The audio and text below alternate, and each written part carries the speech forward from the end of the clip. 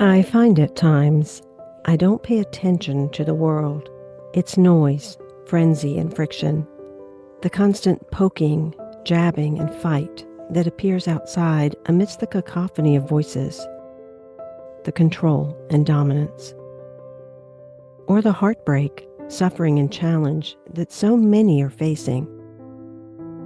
What is that one thing I really want to do to come up for me, and having the patience to wait for that? This does not discount the beauty, triumph, and opportunities that exist, however. It is to say that sometimes the richness of life comes in the quiet moments, the ordinary life, and the simple things. There are many moments in life where we have a choice, and the major choice is this: we can either contract in fear or we can expand. I've certainly learned a lot about that in my last decade, contemplating it more and more. Sometimes I wonder, is this a reaction of trauma, the PTSD of life? Or is it the wisdom of spiritual maturity? We become more of who we really are as we age. Is it a stage in life where we are growing older? Aging itself is a spiritual experience. Today's show is going to go into a little bit of that adventure as we spiritually age.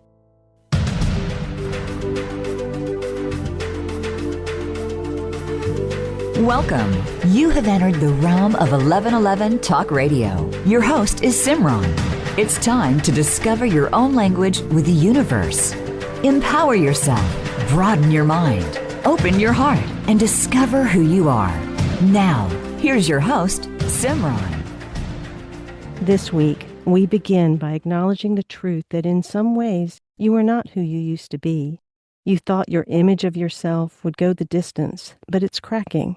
And if that weren't unsettling enough, who are these poor neglected souls tumbling out through the fissures? That's a line from Carol Orsborn's new book, Spiritual Aging, Weekly Reflections for Embracing Life. Carol states, spiritual advancement does not ensure that we won't feel sad sometimes, that we won't become frustrated. But after we've had that good cry, we can simply get on with it.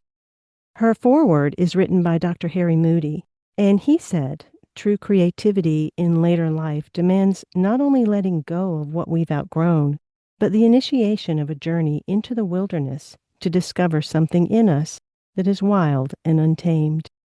Dr. Carol Orsborn is the author of 36 books about life stage and spiritual development and the guiding force behind the spiritual aging study and support group movement, small in-person and online gatherings of old souls meeting around the world.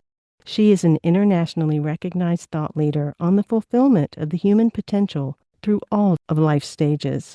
Welcome, Carol, to 1111 Talk Radio. I'm so looking forward to our conversation. Well, thank you, Simran. That was a lovely introduction. It's always such a gift to be able to hold one's words and feel where they were when they wrote it. Dr. Moody actually says that you look unapologetically at your experiences, at journeys and aging. I honed in on that word unapologetically because there is something about aging that we either get to a place where we decide we're just going to be unapologetic and be ourselves, or there's the flip side of that, surrender or resolve in giving up themselves and perhaps live in regret. Talk a little bit about unapologetically looking at our experiences, our journeys, and our aging. We're starting out on the deep end. I have my doctorate in life stage development from Vanderbilt. And when I got to the frontiers of what the academics had to say, I did a deep dive into the mystics. And so what I'm going to say is informed by many, many influences, but tested against my own experience. Because as I mentioned, I turned 77 yesterday. So I've been in aging for a while, and I have a handle on it. And one of the things I've noticed, both from my studies and observations of myself and others, is that there are many moments in life where we have a choice.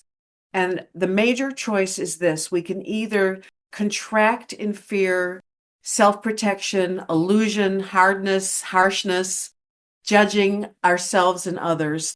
That makes us smaller, kind of like the apple that gets dried out and gets to be this little hard thing, Or we can expand.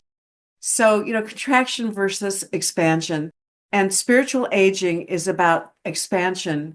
It's about looking at a broken heart as a good thing, as allowing love to come in and out of the cracks and to let our arrogance dissolve under powerlessness and to have compassion for ourselves and others.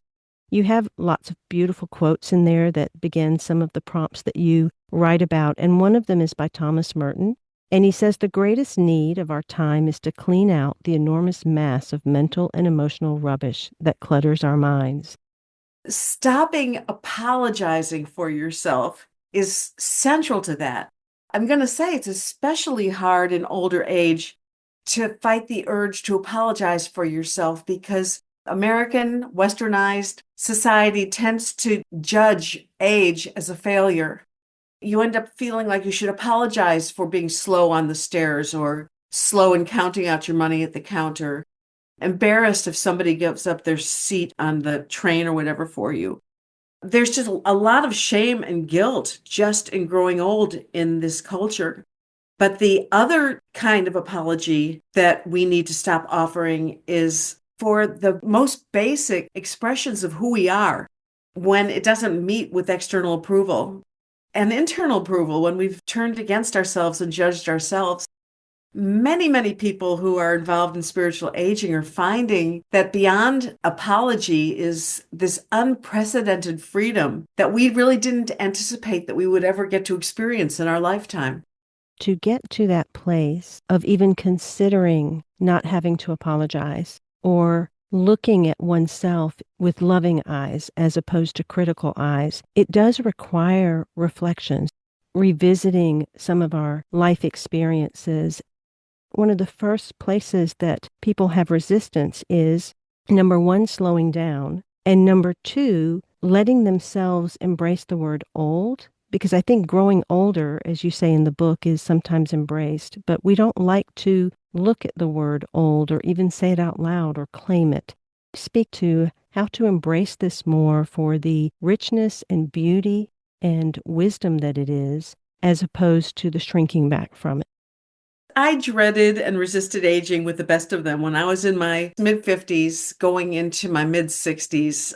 I think aging is harder than being old, honestly. And for me, aging is about trying to hold on to midlife, trying to stretch it out as long as possible, to deny that we're actually going to grow old by using every possible remedy, whether it's B12 or more yoga or just flat out denial, whatever. For me, the revelation came at around 65 when I had a momentous experience that turned my life upside down. And out of that, I realized that aging itself is a spiritual experience. Until then, I had thought of spirituality as just another tool to help me cope better with aging. And it kind of knocked my socks off when I realized that everything that I had ever been aiming for out of my spiritual practices in life, everything from yoga to vegetarianism to meditation, you name it. Everything that I'd been aiming for was culminating, and that what was pushing me over the edge into this new level of understanding of what it means to me to evolve and to be awakening was being taught to me by aging itself.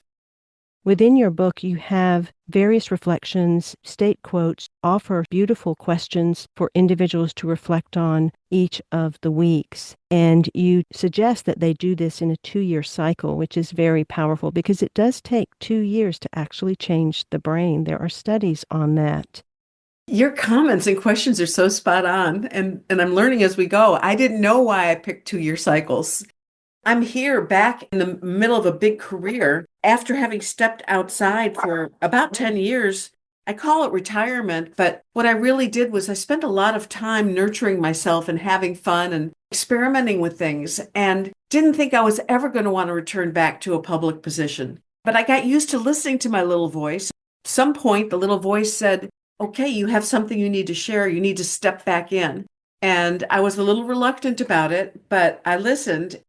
That's really powerful One of the early statements that I began sharing when I began my 1111 journey was, you are not on a journey, you are the journey. You are Yes, yes. experiencing itself. And it does seem that we go through the same stages, all of us, that our 20s or one thing, our 30s are another thing, our 40s are another thing, that each stage has its own theme and level of energy that we express. Have you noticed repeating pattern through the different age stages? Well, yes, as a life development and spiritual aging development scholar, and scholars and mystics agree that various life stages have different unique purposes and meaning to them. It is repeatable by many people in those stages. Obviously, when we're in our 20s and we're going out and starting careers, and then into our 30s, we're building and raising families, all the way through the 40s, where, according to the life stage development experts, we are peaking. I went to my doctorate to study what happens after midlife. It was a second career doctorate. I started in my 40s and I got my Ph.D. when I was just 50. I ended up graduating from Vanderbilt with my doctorate in hand, discovering that nobody had charted anything past midlife out of the scholarly realm. So that's when I slipped and slid into the mystical realm. You find in the Hindu tradition, for instance, that there's a lot of literature about the different life stages. The thing is that after midlife, they have this stage called the forest dweller, which I was fascinated by. The elders purposely, because not only is it their society's expectation, but they have this inner desire to step outside of the whirlwind of our lives and develop themselves spiritually. And so they literally go into the forest and are available to the younger generations who may want to seek them out as they're developing time through reflection and just learning from nature, just having these long lifespans to draw upon. They could be very helpful to the younger generations. But then after that, there's even several more stages you can develop.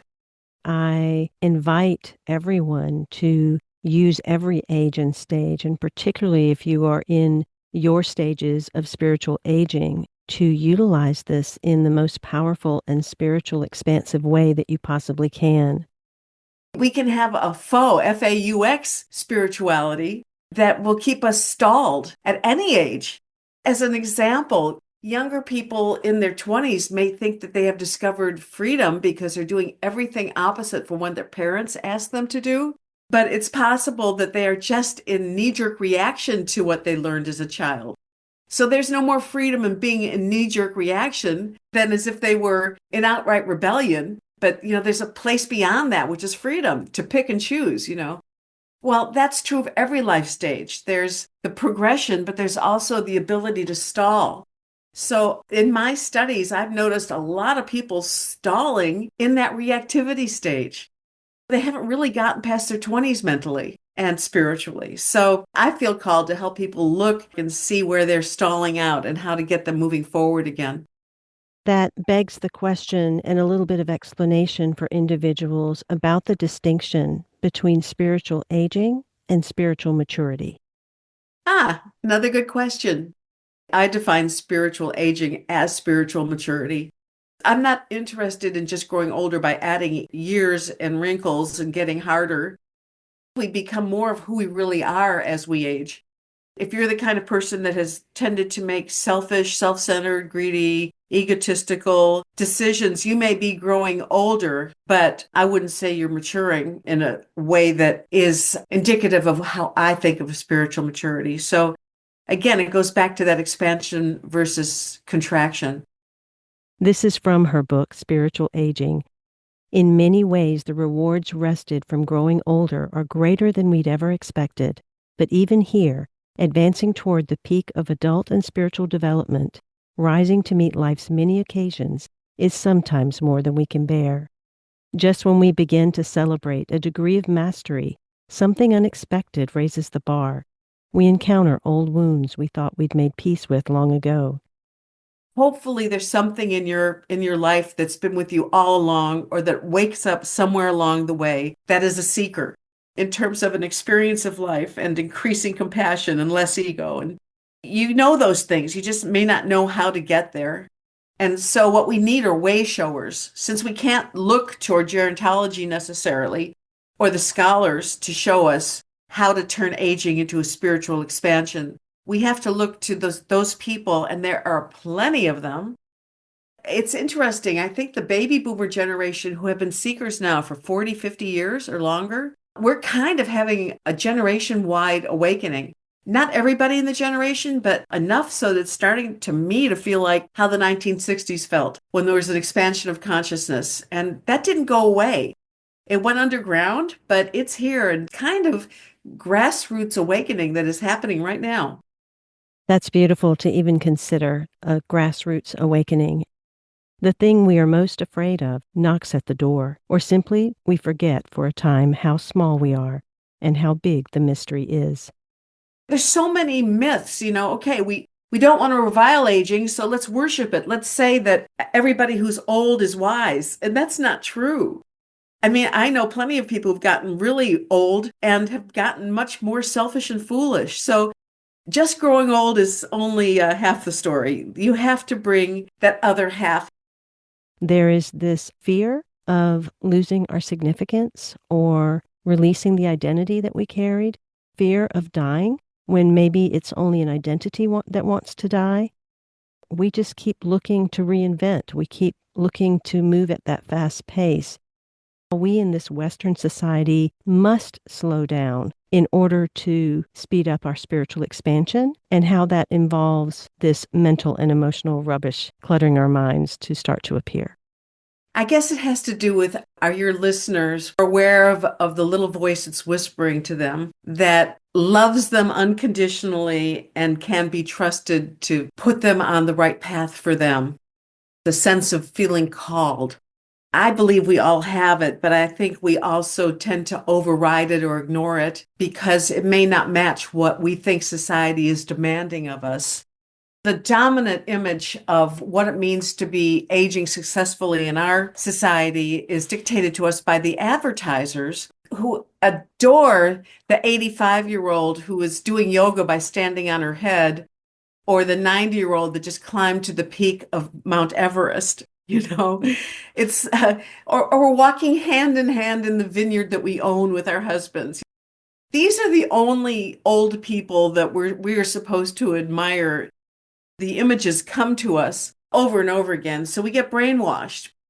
There's a lot to be done in our society, things to resist and correct and to throw ourselves into. And I think a lot of us who are older and maybe don't have the energy anymore feel guilty that we can't fix it all. We're not in positions of power that, as we used to be, to call all of the shots and to fix everything. It really is about embracing the moments, the slowness, embracing the wisdom, embracing the quirks, all the things that come along with every stage of our life. That voice of guilt, or I'm not doing enough, or I have failed, or whatever, it drowns out the little voice in you. And that little voice may be saying, look, right now, you're in grieving. You're in mourning. You need to take a time out to nurture your soul. I'm calling you to go out into the garden and garden, or to read some history books. It's like we override the voice that is telling us how we should be spending our time. And as a result, we never get in touch with our authentic self. A great loss 10 years ago really impacted me to such a degree. I had to pause. I had to really be with it and hold it. And the grief swallowed me whole. Because of that pausing and stopping and the deep dive into my own waters, I was able to reflect and feel and see the world as to how fast it can move and how it can pull us along on an artificial string as opposed to the greater truth that we are. What I really did was I spent a lot of time nurturing myself, having fun, and didn't think I was ever going to want to return back to a public position. But I got used to listening to my little voice, and at some point the little voice said, okay, you have something you need to share. You need to step back in. And I was a little reluctant about it, but I listened, and it's really proven to be, for me, a heart-healing moment in my life at 77 that I'm able to do at this age without the ego, without the drive, without the ambition, Whereas, in most of my previous books, the experience was not, I mean, it was about giving, but it was also colored by publishers demanding me to do more press and to count book sales and to let my self-esteem go up and down with my number on the bestseller list, that kind of thing. It is just not kicking in now. So I feel like I'm coming at things from such a purer place. And I'm so grateful for that. It sounds like we're the same soul in two bodies, Carol. It really does. We've had a lot of similarities. Like I love the number 11 and get excited every time I see 1111, which is why I've said yes to your show. I figured we had to be kindred spirits. Well, it does certainly seem like we have a lot that's resonant. And now hearing about your 10-year hiatus, it takes time. It takes patience. It's a level of intimacy to deepen into, to follow those nudges that rebel against what society kind of conditions us to be. And it takes courage. It takes real courage to allow ourselves to claim the stages that we are in and be that authentic self. For a society that fears aging, the go-to drug is denial. Don't want to grow old? Just don't do it. Stay in midlife as long as you can, holding on to your position and power at work and in your family just long enough to reinvent yourself into something perhaps different, but just as busy and productive. This you will feel compelled to do, even if your heart is whispering to you that there must be something more. Give yourself the gift of moving through her weekly reflections for embracing life. I invite you to get your copy of her book, Spiritual Aging, Weekly Reflections for Embracing Life by Carol Orsborn, carolorsborn.com. Look up her Substack, spiritualaging.substack.com, and join her community there. We'll be right back with more of Dr. Carol Orsborn and spiritual aging right after these messages.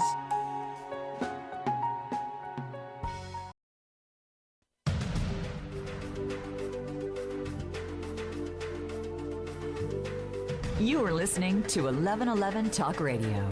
SIMRAN is an award-winning author, publisher of 1111 Magazine, powerful speaker of wisdom, and a life mentor. Find out more at IamSimran.com. Now, back to 1111 Talk Radio. One of the ironies of age is that past levels of mastery will never prove sufficient because as we expand and deepen our consciousness, the questions become only larger. This is Spiritual Aging, Weekly Reflections for Embracing Life. Find out more in the description below. And it is carolorsborn.com. That's Orsborn, Orsborn.com. She is an author of 36 books about life stage and spiritual development and the guiding force behind the spiritual aging study and support group movement. I also want to mention, search me out on Substack for my Beyond the Illusion newsletter and engage in taking the time and no longer conforming or feeling like you have to follow those same paths as you did before. Did you find, even in writing this book, that the shadows came up or the patterns came up? And when they did you look at them differently than you did perhaps in your 30s or your 40s or 50s even? I write the way other people pray. When I write, it's quiet time, and I do try and connect with that little voice. And it's the little voice that is writing the book to the degree I can tune in and listen. This particular book, and between the time I sold the concept and wrote it, I had a terrible accident. I fell, I broke my shoulder and ended up needing neck surgery and couldn't type. And so it completely changed what the book was going to be. It was always going to be a book of weekly readings. But because of having to dictate it to my husband and a team of people, it was I felt supported by a community. And speaking straight from my heart was a new experience in that I'm used to typing. Stepping out of a habitual way of communicating to do something new, I think brought out something deeper in me. When I read this book, I read it like you might read it, as if it were written by somebody outside of myself. I keep the feeling of this life stage I'm in, the spiritual feeling of being beloved is sort of the background, and the need to have faith and courage is the background, but I sometimes forget the specifics. The book itself, it has an index in the back, which has about 100 different words like anxiety, loneliness, all the different things that come up, so that while the book is meant to be a comprehensive week by week study of aging from a spiritual perspective over a 2-year period, you can also go just straight back to the index. And if I'm feeling loneliness, go to a reading that discusses the difference between loneliness and solitude, for instance. Sometimes I wake up and I'm feeling just plain old lonely. What is that? Fear of missing out, FOMO? Mm-hmm. And I'll go to my own book and look up the word and get myself re-engaged. I love how you phrase that you write the way people pray. I think that's the first time it's articulated what it feels like when I write. It's like a devotional practice. And I would say this book is very much like a devotional practice if someone gives it to themselves. And when we go to those places, it can be a very vulnerable experience because there are things that perhaps our eyes have been turned away from for a long time, and then all of a sudden we're having to bring them to the light. To hold them in that moment with compassion rather than judgment can be a task for people at times. We live in a very judging society. What we're really doing is judging ourselves because everything starts at home. Talk a little bit about shifting into a compassionate lens as opposed to a critical eye or a judgment. I want to say two things about that. The first is that sometimes it's hard to see the water you're swimming in. Some people are consistently ignoring their little voice. I wrote this book in mind that these readings would be really good for groups of like you and a good friend, or 3 or 4 friends, or maybe up to 10 to get together. I was leading a conscious aging book club for a bookstore in Nashville, Tennessee, and then I did it globally for Saging International, which is an organization. And I just noticed that we learn from each other, and we are pretty isolated by the society. There are not a lot of places where older people can gather and talk at the level that this book talks at. We're brought together to play bingo, and I'm nothing against bingo, but I don't think we have environments where we're able to share our wisdom with one another and our honesty and our vulnerability. For instance, somebody who is obviously judging themselves might not even see that they're judging themselves. But if you're with a couple of good friends and you read a page in this book that has to do with loving yourself unconditionally, you might begin to point out to you the places where you don't seem to love yourself. A lot of people think when it comes to loving yourself unconditionally or growing spiritually that they are the one exception. They're the one person that can't because of something they did earlier in life, or they don't have enough money, or they have ill health. Given to our own devices, every single one of us will self-select ourselves off of the spirituality path because we think that we come up against that one thing that we think is our obstacle that makes us the exception to being a candidate. And that is the one thing you really need some help on. The book can help, and friends can help. Therapy can help. Spiritual coaching can help. But if there's one thing that you're using as your excuse to stay contracted and smaller than you could or should be, then that's where your edge of spiritual growth is. Within spiritual aging, these lines are actually from your book. We regret less and appreciate more, and there are moments when we dissolve completely into a state of joy for no reason, feeling in the very marrow of our bones that all is well in the world. And so that is the experience also, where we can hold what the world has, but we don't have to get caught up in it. We can still hold the states of joy and the states of fulfillment, ecstasy in the small things that surround us as well. Talk a little bit about, I'm going to say, the medicine of joy. You have this wonderful ability to pick out the really central passages. That particular passage was written out of a book that I read, Leo Tolstoy, called The Death of Ivan Ilyich. I was introduced to this book while I was getting my doctorate because it's a book that is given to doctors in their medical training to help them understand what the death and dying experience is. If you have read the book, you'll know that Ivan Ilyich he's a guy that was like really ingrained in society in a middle management position and into power and false sense of ego and self, and his friends weren't sincere and deep and real. I mean, he just had nothing going for him up to the moment of his death. And in his dying process, he suddenly becomes aware of how much joy he missed out in his life. Suddenly, it all made sense to him, and he realized what a waste his whole life had been. and dissolves into this field of joy, but then he's dead. And so I read that and I thought, God, this really resonates with me. I don't want that to be my experience. I've talked to a lot of hospice workers now who say that the last breath of many of their patients who are dying is this ecstatic revelation, and people who come back from the dead because they get resuscitated. I was 65 when I read the book. It was part of my awakening. Why couldn't I have that experience at 65? Did I really have to wait until the moment that I was dead? Did it have to be my last breath? And so I hold that as a touchstone. And I got to be honest, even though I teach it and even though I touch it, I don't live in that space all the time. But it is a space that I can go to. I know how to create that space, but it takes choice. We have choices. It takes an act of faith. And an act of faith is sometimes a choice. But we also have grace. We also have those moments that just sweep us over when we least expect it. It can come upon us in many ways, but what I have noticed is that it is not a space you can hold on to, and you can't force it.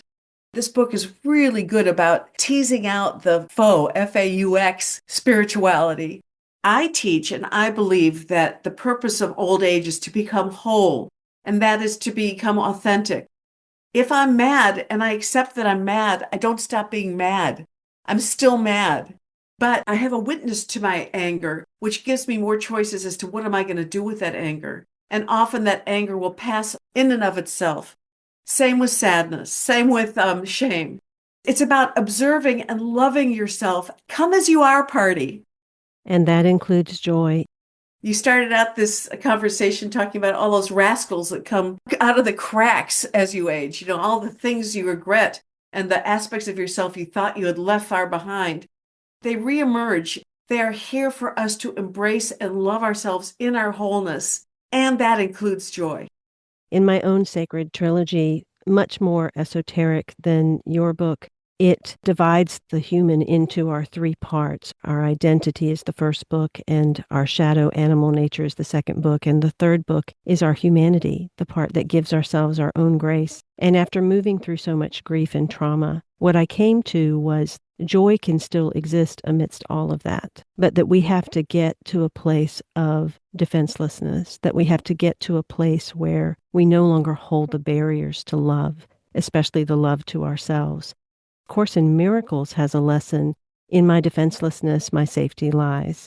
And you write about dropping of ego defenses as we embrace the passage of time, becoming apathetic, frustrated, worn out, or fed up. And if lucky, simply wild and free.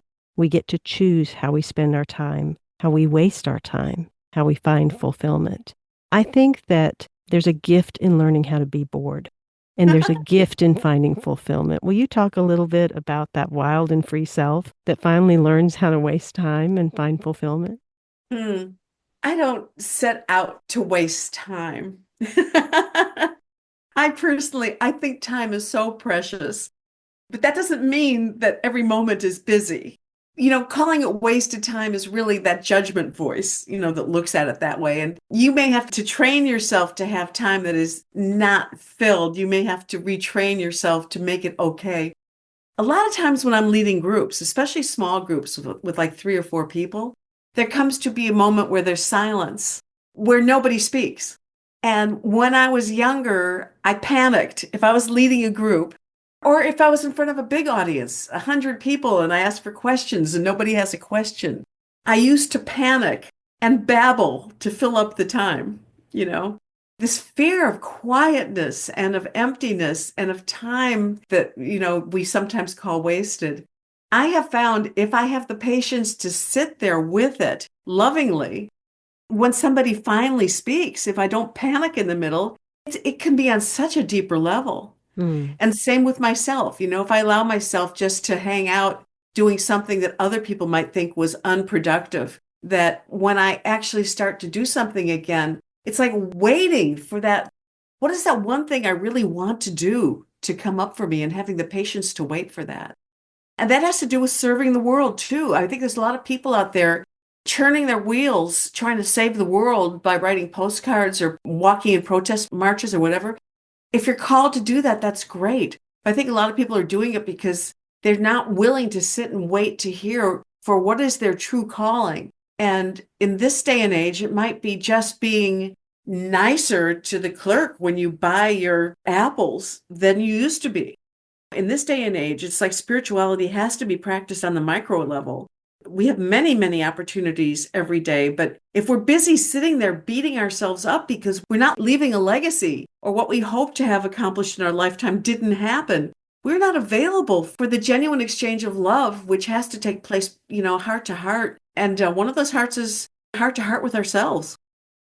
I'm totally resonant with everything that you're saying. And I think alongside that quiet, the other area that people oftentimes resist is being alone, allowing that aloneness to cultivate within them more of themselves. Speak a little bit to the moments of aloneness or long stretches of aloneness even. I remember the feeling of fearing being alone, but then I started reading books about contemplative practice. Now I think of alone time as solitude. And I did have to study up on it. Again, we have no role models. Even now, if you look at the aging studies, they talk about the poor, miserable older people, the number one problem of whom is loneliness. Well, those are not people who have a spiritual practice. It takes many years, not just 2 years. It takes decades to trust that you can be alone with yourself and that you can find a rich source of support and comfort when there's nobody around. You have to study it and practice it. That's what meditation practice is about. But it's not the only way. I really got there out of observation of some people who had that quality to them and also reading about it. There's a wonderful book by a woman who had a catastrophic disease where all that she could do was see and she could think, but nothing else. She was completely paralyzed. As she lay there in the hospital bed, somebody gave her a plant as a gift, which you do to people who are ill. And this one happened to have a snail in it. And what she did in her final months of her life was get lessons from loving the snail and learning about the snail. I look for people that look to me like they have less going for themselves than I have, and yet they have more of a sense of merger with the divine. The veil between themselves and divine love is even thinner than the veil that separates me, and way thinner than what most people who are considered successful in our society have. You have a beautiful quote from the Jewish scholar Leon Wieseltier from his autobiography, Kaddish, where he says, "There are circumstances that must shatter you, and if you are not shattered, then you have not understood your circumstances. It is pointless to put up a fight, for a fight will blind you to the opportunity that has been presented by your misfortune." And so from that quote, what is the real work of aging? That's a great quote because I've been challenged on that. Some people say, well, I don't want my spirit to be shattered. I don't want to be lying on the floor in pieces. And yet he says, if you haven't allowed yourself to be shattered, you haven't understood your reality. I dug a little deeper into that quote in my own heart. And what I finally came up with is the answer to your question, which is what shatters are the barriers and the obstacles you yourself put in place younger in life and as you went to protect yourself in a misguided effort to get control over reality. Even people who believe in positive thinking can fall prey to this idea that if only I become spiritual enough, I can transcend and I can be happy all the time. First thing that shatters is our arrogance. We have to become humble. That's my first tenet of spiritual aging, is that we have to see reality for what it can't help being. After all, we're facing death. There's no more chasing around and hiding and romanticizing it. The older we get, the closer to death we are, which is the big, big thing we are all fearing ultimately. Death is like the big shadow beneath it all.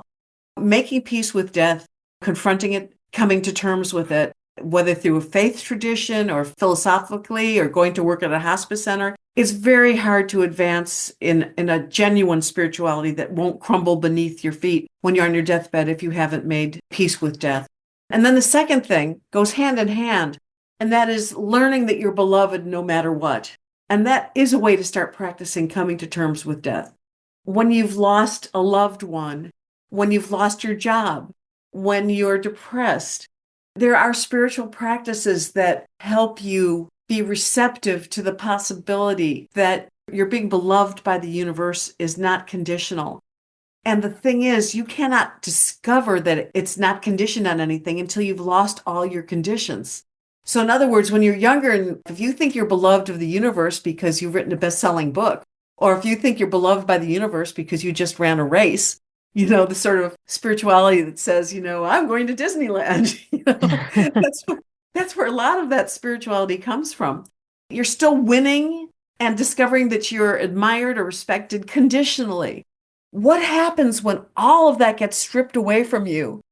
As I was in the state when I wrote this book, recovering from neck surgery, not practicing in my career, separated from my active groups where I was, had the potential to be seen and participate, unable physically to even lift my finger to type. And yet I felt beloved anyway. And how could I have known what it was to be loved unconditionally if I hadn't been stripped of all of my conditions? That is very powerful. Will you allow yourself to be stripped of all of your conditions? Carl Jung put it this way: a human being would certainly not grow to be 70 or 80 years old if this longevity had no meaning for the species. Carol Orsborn says, all you ever really wanted was the purity of simple love, grounded in boundless trust and endless acceptance. But what those of us who grow older, wiser, and fiercer come to learn is that you don't get to merge with the kind of love one associates with the divine without first going through yourself. And that is why we're here. Mastery. Spiritual Aging Weekly Reflections for Embracing Life allows you to experience weekly readings comprised of a perennial loop of 2-year cycles meant to accompany you through the coming years. They are designed to be read one each week, your choice of day and time, to cover every conceivable mood, challenge, and topic you may encounter. The readings are at once personal and archetypal, applicable to every one of us. They came to Carol Orsborn from the depths and sources beyond her ordinary consciousness in answer to her call for affirmation, insight, and guidance. Once again, the book is titled Spiritual Aging, Weekly Reflections for Embracing Life. You can find out more about her at carolorsborn.com. Be sure to go to her Substack, Spiritual Aging, and subscribe to that so that you can learn more about the other things that she is doing. I also want to mention, search me out on Substack for my Beyond the Illusion newsletter and engage. Thank you so much, Carol, for being on 1111 Talk Radio and enlightening us with your love, your laughter, and your wisdom. Thank you so much, Simran. Until next week, in love, of love, with love and as love, I am Simran. Be well.